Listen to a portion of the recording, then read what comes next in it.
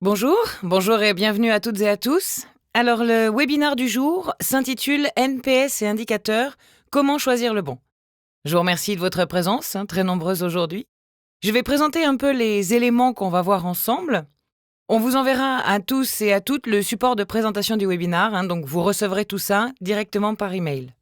Vous pouvez également poser vos questions au fur et à mesure. Selon la nature des questions, j'y répondrai en direct, et puis si je vois qu'il faut développer un petit peu, je les garderai pour la fin.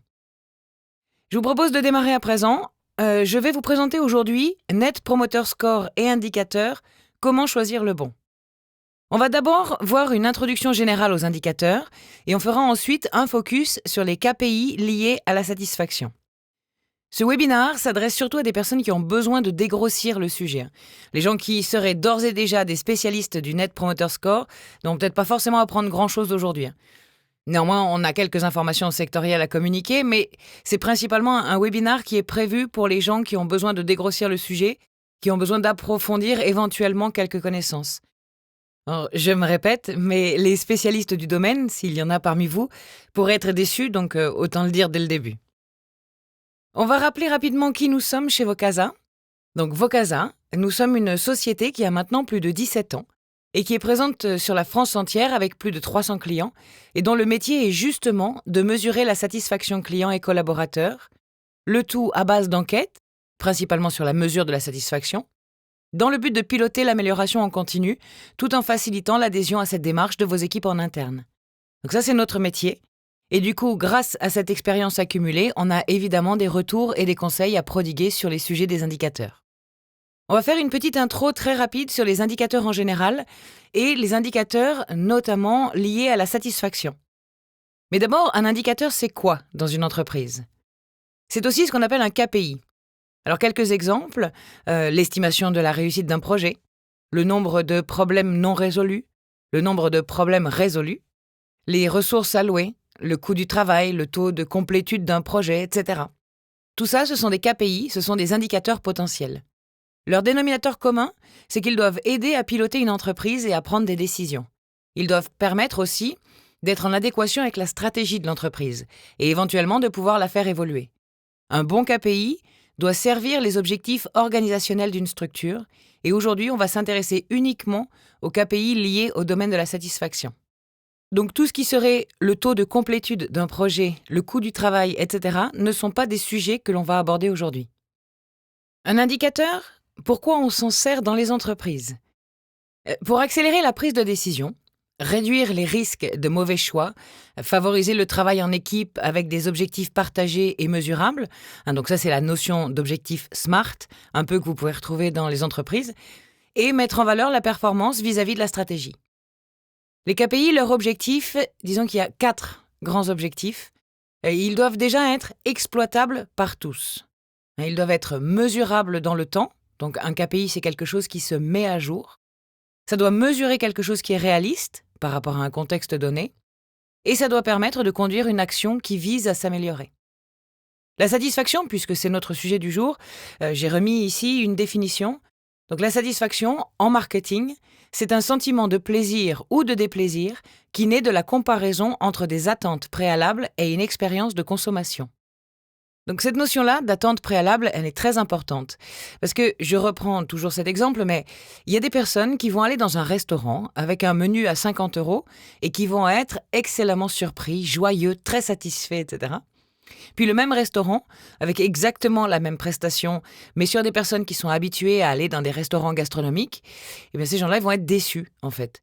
Donc la notion d'attente préalable, elle est très importante aussi à prendre en considération. La satisfaction, comment on la mesure ? Alors dans les entreprises, il y a différents types de mesures. Il y a différentes façons de mesurer. Ces éléments-là sont des éléments qui se complètent, qui s'additionnent potentiellement dans les entreprises.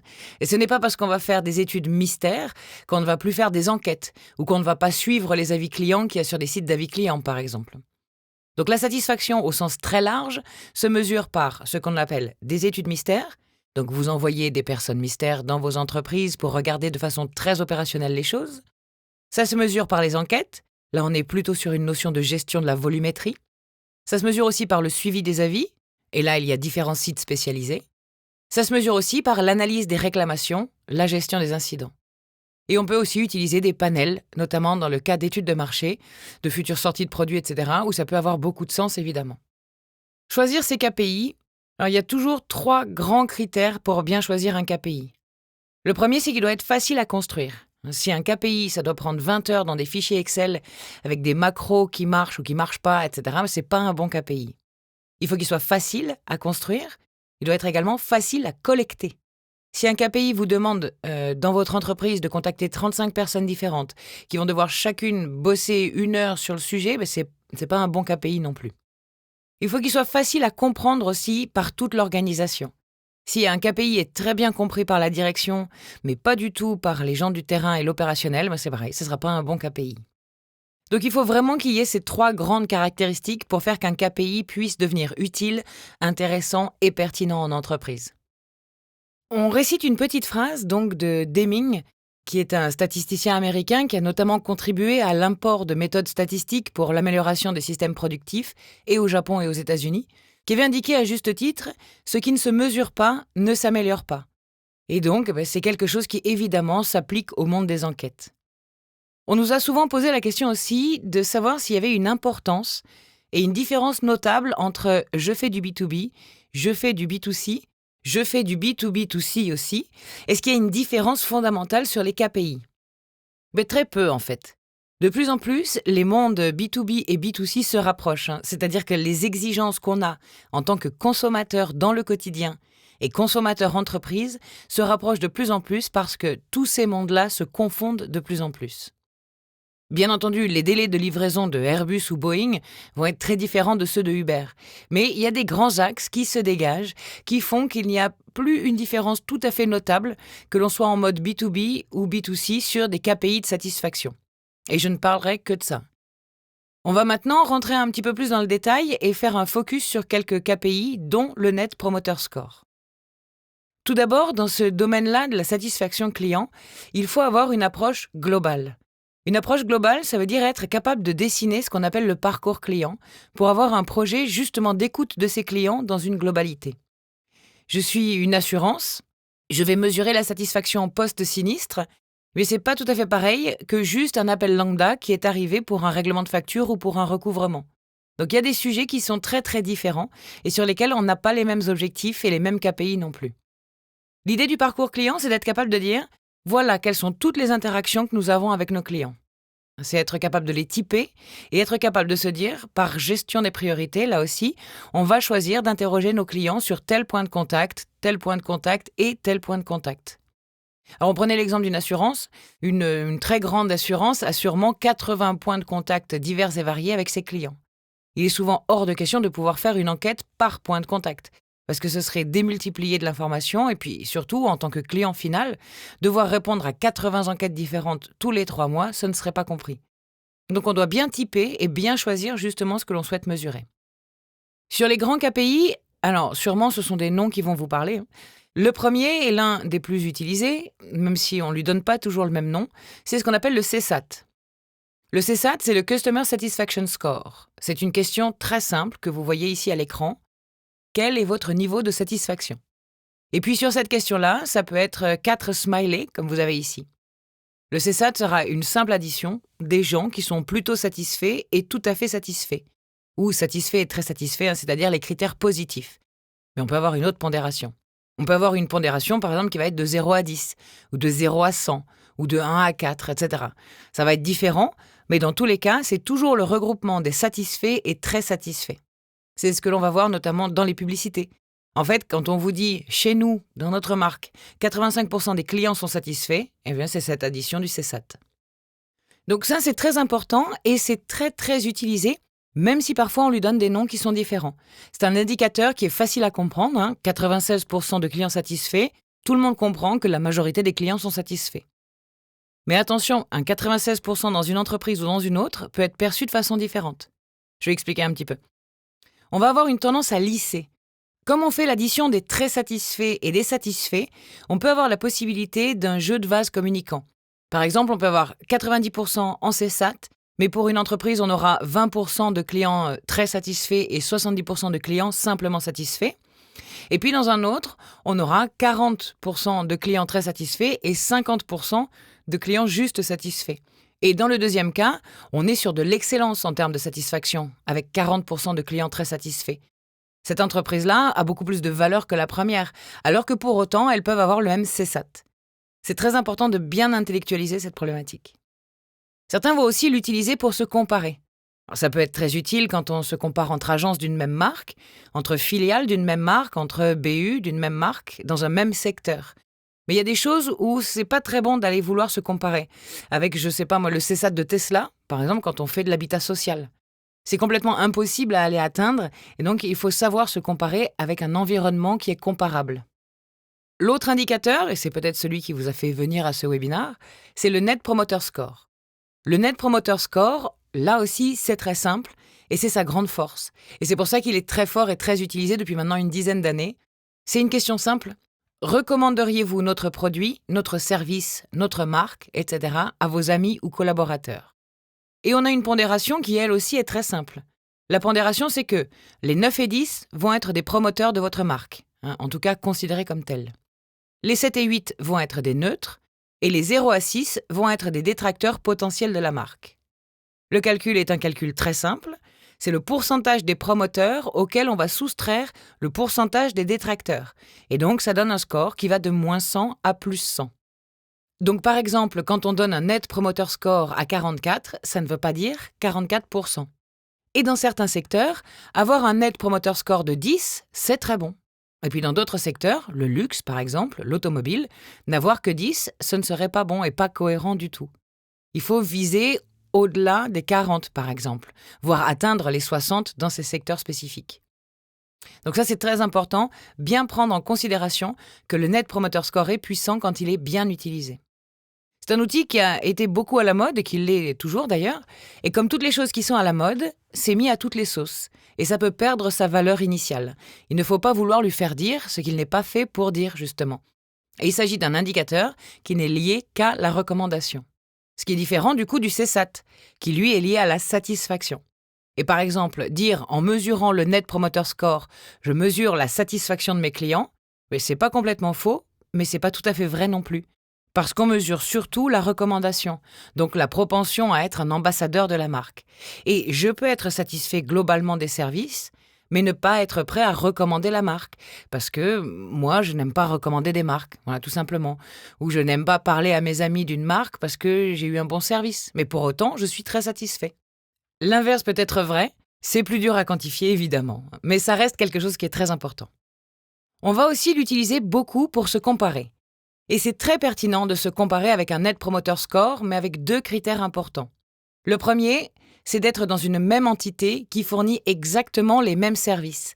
Parce que là aussi, quand on est, je ne sais pas moi, une chaîne hôtelière, eh bien de vouloir comparer son Net Promoter Score à celui d'Apple, ça n'est pas très intéressant en soi. Par contre, d'aller comparer au sein même de sa chaîne hôtelière et de voir comment ça fonctionne en Belgique, comment ça fonctionne en France et comment ça fonctionne en Espagne, si on a stricto sensu les mêmes services et les mêmes prestations, mais c'est très intéressant dans ce cas. On va également l'utiliser comme déclencheur d'alerte dans les entreprises, notamment quand on fait ça avec des enquêtes. Le but là, c'est de prévenir des personnes en interne pour qu'ils puissent réagir sur les détracteurs potentiels de la marque, du produit ou du service. L'objectif, c'est de faire progresser son Net Promoter Score et donc, la première action, la première année, quand on se lance dans une démarche d'écoute en continu, c'est de réagir sur les détracteurs. Ça ne veut pas dire qu'il ne faut rien faire sur les promoteurs, ni sur les neutres, mais en tout cas, c'est là où les marges de progression sont les plus importantes. Une autre des faiblesses du Net Promoter Score, c'est qu'on veut lui appliquer des choses de façon universelle. Les Français et les Latins notent très différemment des Anglo-Saxons, des germanophones par exemple. Il y a des différences notables d'un pays à l'autre, d'une culture à l'autre. Je vais redonner quelques exemples qui vont parler à tout le monde. En France, quand on a 16 sur 20 au baccalauréat, on a une mention très bien.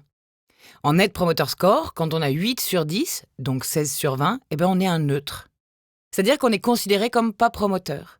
Et pour autant, dans notre intellect latin-français, nous, on a tous le fait que 8, c'est 16 sur 20, donc que c'est très bien en fait. Et bien ça, c'est une différence notable.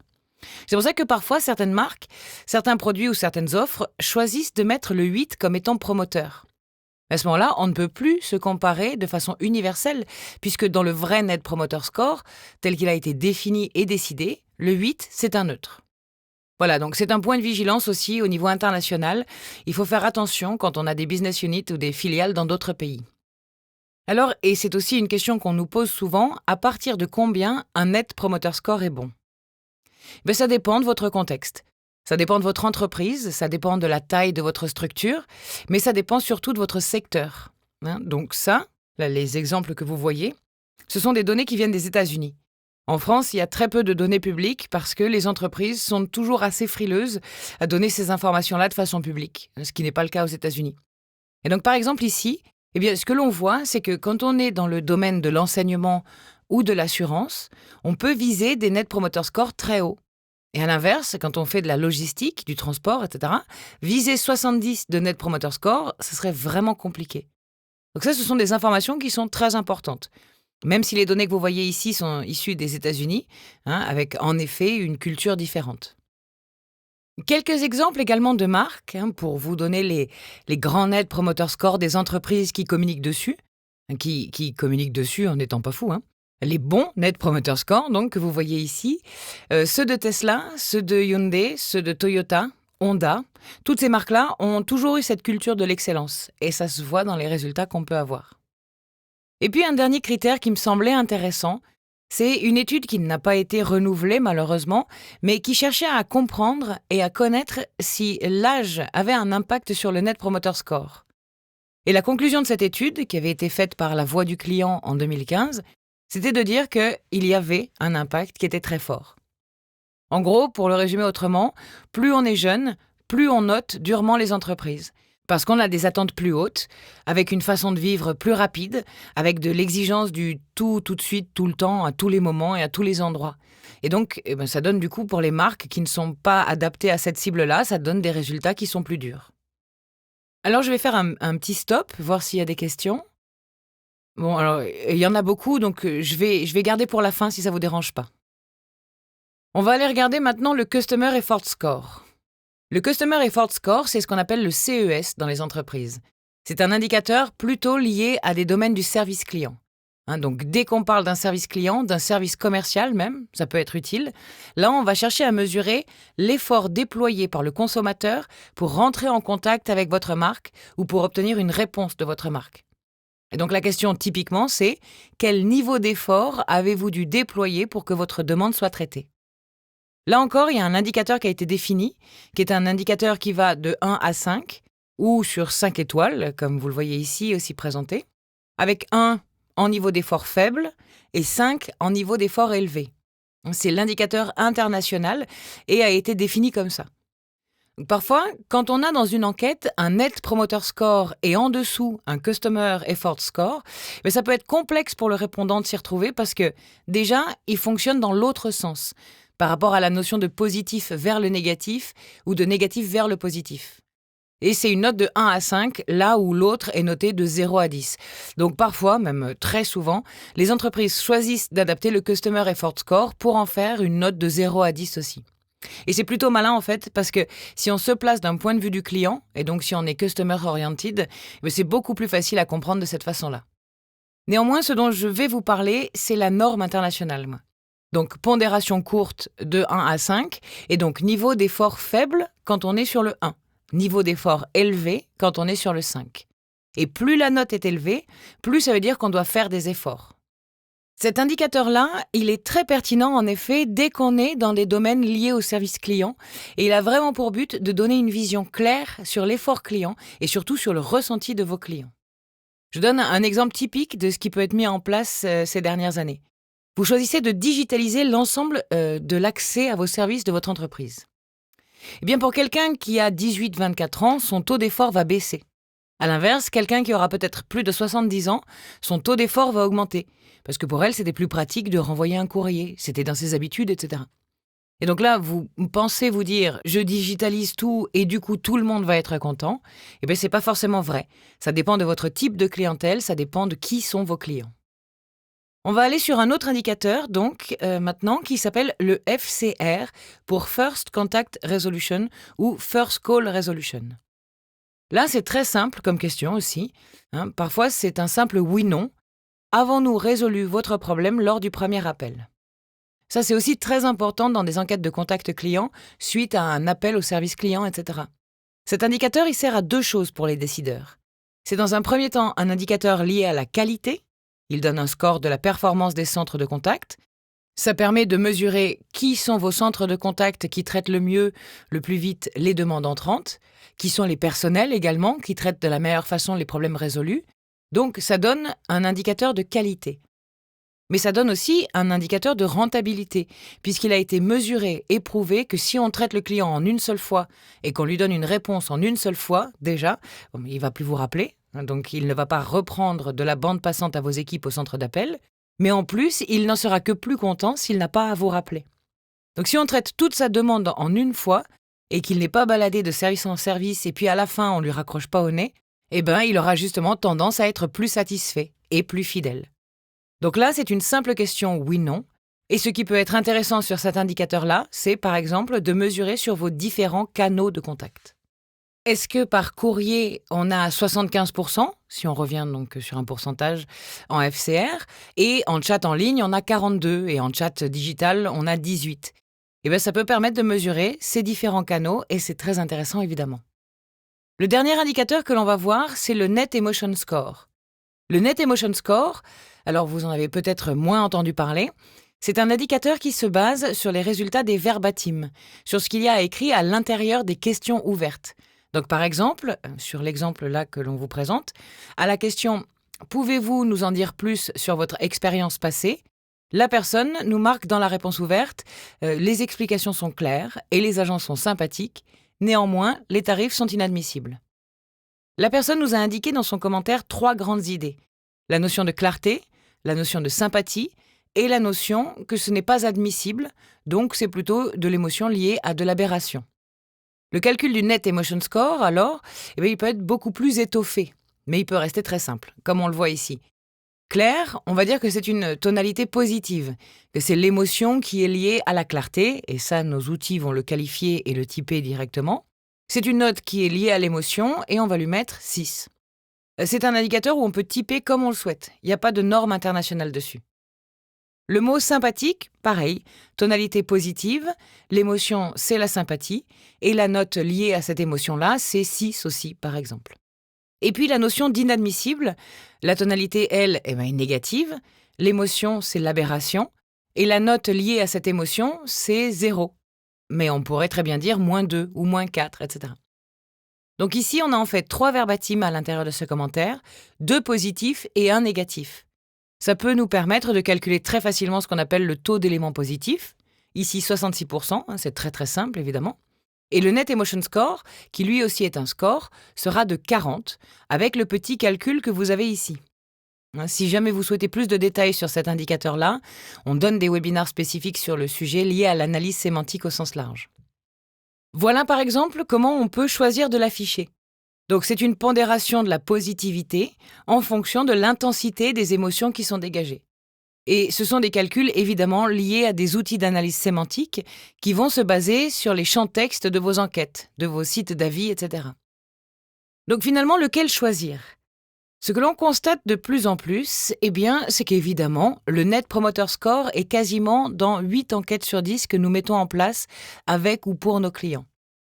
Le CSAT est très utilisé également. Le FCR et le CES sont utilisés, mais plutôt dans des cadres de services clients à services consommateurs, services commerciaux. Et le Net Emotion Score, c'est quelque chose qui est aussi de plus en plus utilisé à partir du moment où vous souhaitez aller justement dans l'analyse de ce que les gens disent dans les textes.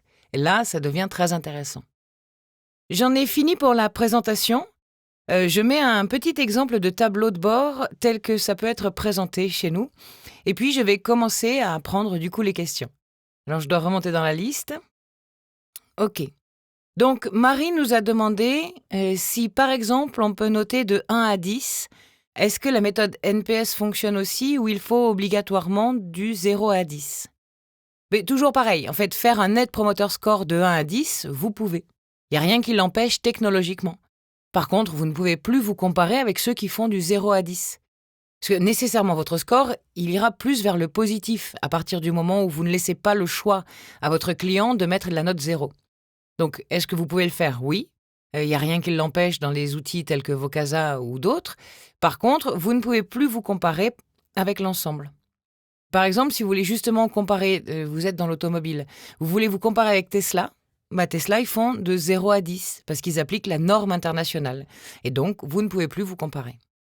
Ensuite, Isabelle, attention à ces entreprises qui détournent l'outil en incitant les clients à mettre 9 ou 10. Je l'ai vu sur un comptoir de magasin.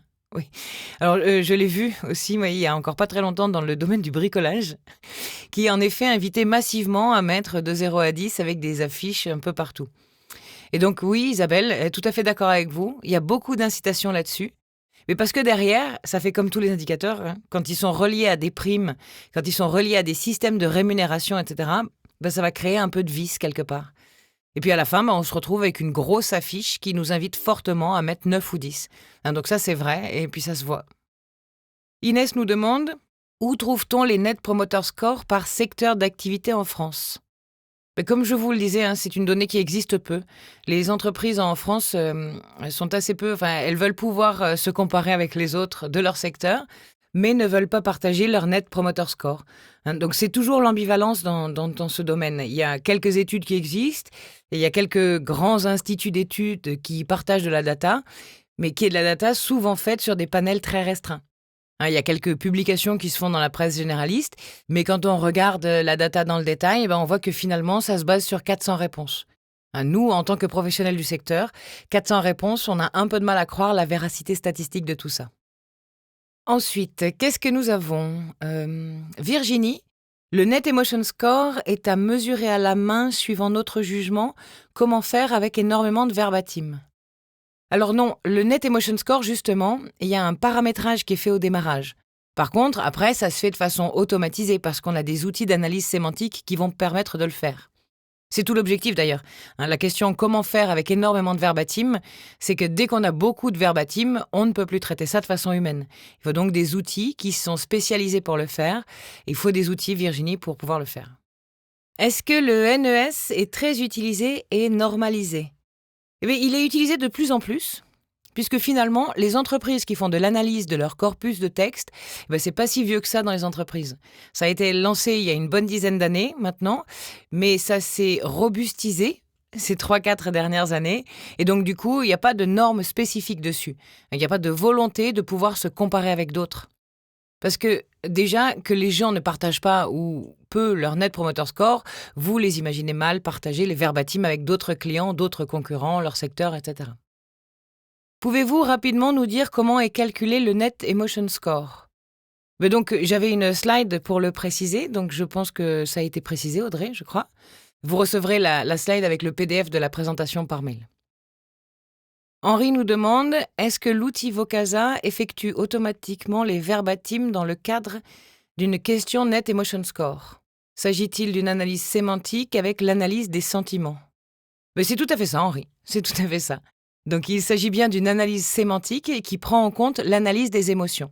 Notre produit s'appelle Vocasa Émotions, et donc on a créé une palette de 130 émotions clés qui servent justement dans les domaines de la relation client. Clémence nous demande quels sont les meilleurs canaux pour une étude de Net Promoter Score. Alors, une étude de Net Promoter Score, parce que c'est souvent ce qui est demandé dans les entreprises, c'est d'abord une enquête au sens large, qui mesure à l'intérieur le Net Promoter Score. Le meilleur canal aujourd'hui, ça va dépendre de votre secteur. Pour le coup, B2B ou B2C, ça va dépendre de votre nombre de clients. Si vous avez 200 000 clients, il faut faire du mail et du SMS si vous êtes en B2C. Si vous avez en B2B 50 clients, il vaut mieux décrocher son téléphone ou prendre une prestation de téléphone.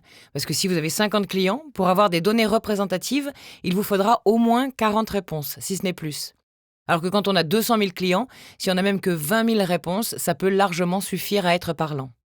Donc le canal va beaucoup dépendre de votre secteur et de ce que vous avez à disposition aussi comme coordonnées. On peut avoir des demandes de type « Bonjour, on aimerait faire une enquête par mail. Ah oui, mais en fait, on n'a pas les emails de nos clients. » Bon, eh ben, on va faire autrement du coup. Et puis il y a d'autres méthodes. Le SMS, le téléphone, le fait de pouvoir faire des choses pour collecter les informations en amont de lancer des enquêtes. Donc le canal, c'est une question qui est très importante. Ça fait partie évidemment de ce qu'il faut définir dans un projet, justement de mesure de la satisfaction et de la recommandation. Et donc c'est là-dessus que vous pouvez travailler, Clémence. Virginie nous demande un exemple d'outil. Donc on a nos outils chez Vocasa pour permettre de le faire évidemment. Marie, pour un Net Promoter Score de 1 à 10, on peut alors faire une segmentation de 1 à 10, 7 et 8, 9 et 10. Oui, oui, vous pouvez faire ce que vous voulez, hein, pour le coup. Comme je vous le disais, en fait, le Net Promoter Score, il y a une règle internationale, qui est celle que je vous ai présentée. Et puis, il y a des adaptations à la règle, comme partout. Comme je vous l'ai dit, il y a des entreprises en France qui vont inclure le 8 dans les promoteurs. Parce qu'elles considèrent, et peut-être à juste titre, que les Français notent plus durement. Et donc, il faut réintégrer le 8 là-dedans, parce que c'est important pour elles. Par contre, elles peuvent plus se comparer avec ceux qui utilisent la vraie règle. Donc tout est possible, mais après, voilà, on peut plus se comparer, évidemment. Est-ce intéressant de cumuler Net Promoter Score et Net Emotion Score, ou les deux peuvent être réalisés indépendamment? Les deux, Émeric. Il est intéressant de cumuler les deux parce que très souvent, en fait, une fois que vous allez avoir mesuré votre Net Promoter Score, vous allez avoir la capacité de vous dire, tiens, j'ai un Net Promoter Score de 42, mon objectif pour l'année prochaine, c'est de passer à 46. Et puis, à un moment donné, vous allez avoir du mal parce que vous allez vous dire, j'arrive plus à avoir les informations qui me permettent de dire ce que je pourrais faire en plus pour arriver à atteindre ces 46. Ces informations-là, elles sont contenues à l'intérieur de vos réponses aux questions ouvertes. C'est pour ça qu'il faut poser des questions ouvertes dans le questionnaire. Il faut surtout poser une question ouverte après la question du Net Promoter Score. Et donc là, le Net Emotion Score vient révéler toute sa pertinence. Parce que nous, dans notre outil d'analyse sémantique, Vocasa Émotion, on va être capable de mesurer l'impact de telle émotion ou de tel thème, etc., sur le Net Promoter Score. Donc on va pouvoir donner comme ça des leviers de progression possibles, parce qu'il y a un moment donné où votre Net Promoter Score, vous aurez traité vos détracteurs, vous aurez soigné vos promoteurs, puis arrive un moment où vous ne saurez plus trop quoi faire dessus. Et donc ça, les informations vont être contenues à l'intérieur des questions ouvertes. Donc les deux, Émeric, sont tout à fait complémentaires. Virginie nous demande si les outils sont payants. Oui, les outils sont payants, malheureusement, le monde n'est pas gratuit, donc oui, les outils sont payants.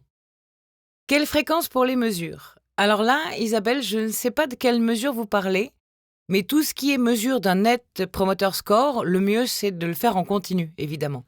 Ça dépend là encore de vos contextes, de vos entreprises, de qui sont vos clients, etc. Mais le plus pertinent, c'est une mesure en continu parce qu'il y a un volet KPI très important là-dessus. Bonjour, donc Luc nous demande, ces KPI sont-ils transposables aux enquêtes collaborateurs en interne de l'organisation? Alors oui, mais en fait, oui, parce que la plupart peuvent être utilisés.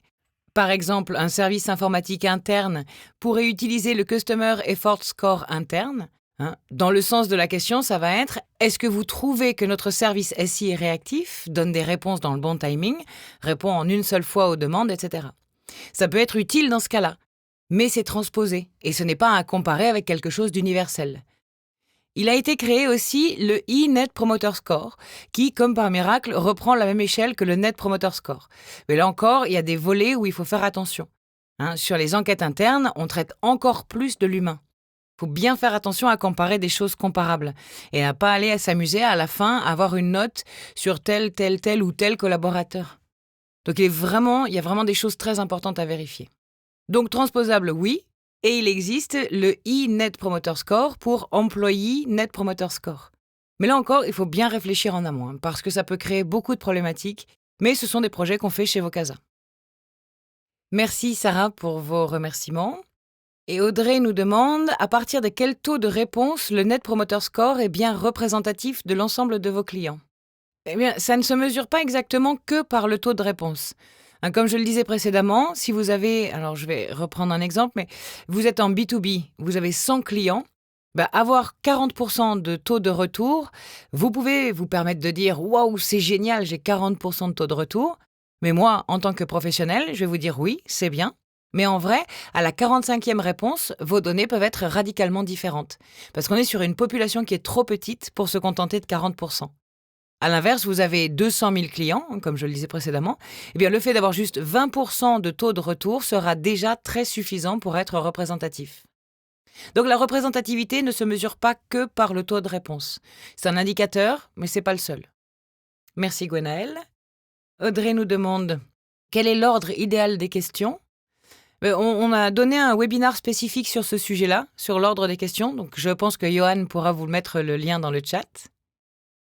Henri nous demande l'outil Vocasa Émotion s'applique à l'analyse de toute question ouverte ou bien il faut le paramétrer à chaque fois? Et ça se prête à toutes les questions ouvertes, hein. Et c'est surtout les thématiques en fait qui sont potentiellement à reparamétrer. Parce que je vais caricaturer, mais si on est d'un côté sur la satisfaction client et puis de l'autre côté de la satisfaction collaborateur pour savoir si on mange bien à la cantine, les sujets sont tous les deux de la satisfaction, mais ils sont tellement éloignés l'un de l'autre qu'il pourrait y avoir des reparamétrages à faire dans ce cas-là. Par contre, si on est à l'intérieur d'une même enquête avec plusieurs questions, généralement, il n'y a qu'un seul paramétrage à faire. Julien nous demande, pour le Net Emotion Score, comment peut-on définir la valeur des émotions ? Ça, c'est un postulat qui avait été pris pour l'exemple. Donc ça se fait par des conseils, généralement de nos Customer Success Management qui peuvent travailler là-dessus. Mais là, c'était vraiment un postulat. Comme je vous l'ai dit, sur l'émotion d'aberration, ici, on avait choisi de mettre 0. Mais on aurait pu tout à fait dire on met 1 ou on met -2, on met -4, etc. Il y a encore des questions donc concernant le NPS par tranche d'âge qui a été faite. Est-ce que c'est avec des données de clients français ? Oui. Oui, l'institut d'études qui s'appelle La Voix du client qui a fait ça en 2015, c'est un institut d'études français qui a fait ça sur des données françaises. Isabelle, vous recommandez des enquêtes à chaud, à froid pour ces indicateurs ? Mais pour tout ce qui est Customer Effort Score, Net Promoter Score, on est plutôt sur des enquêtes à chaud, généralement. Mais il y a aussi une notion d'enquête à tiède. Par exemple, si vous faites des enquêtes une fois tous les trimestres, parce que vous êtes un cabinet comptable, ça peut tout à fait suffire. Et on est entre du froid et du chaud. Et donc le Net Promoter Score fonctionne aussi bien quand on est sur du tiède. Voilà. Julie nous demande, le Net Promoter Score s'adresse-t-il aux clients uniquement ? Mais ça a été créé pour les clients. Et puis, ça a été détourné depuis pour tout, y compris les salariés. Et donc, il faut, comme je disais, il faut faire attention parce que ce sont des modèles qui peuvent tout à fait s'analyser et qui peuvent tout à fait se répliquer sur d'autres domaines, mais ça a été créé à la base pour des enquêtes clients. Ensuite, peut-on tester Vocasa Émotion ? On a des démos, oui, de Vocasa Émotion, si vous le souhaitez, Virginie, et puis on vous recontactera pour tout ça directement. Mais donc, normalement, j'ai fait toutes les questions. J'espère que c'est le cas. Voilà, je vois que vous êtes restés nombreux pour écouter les réponses aux questions et j'en suis ravie. Comme je vous le disais, notre promesse, c'est de vous envoyer toutes les informations à la suite du webinaire. Donc, n'hésitez surtout pas à nous contacter si vous avez des projets urgents à gérer, etc. Et puis sinon, vous allez tous recevoir un email de notre part qui vous donnera aussi les coordonnées pour nous joindre. J'espère que ce webinaire aura été instructif. En tout cas, je suis ravie des échanges qu'on a pu avoir à la fin.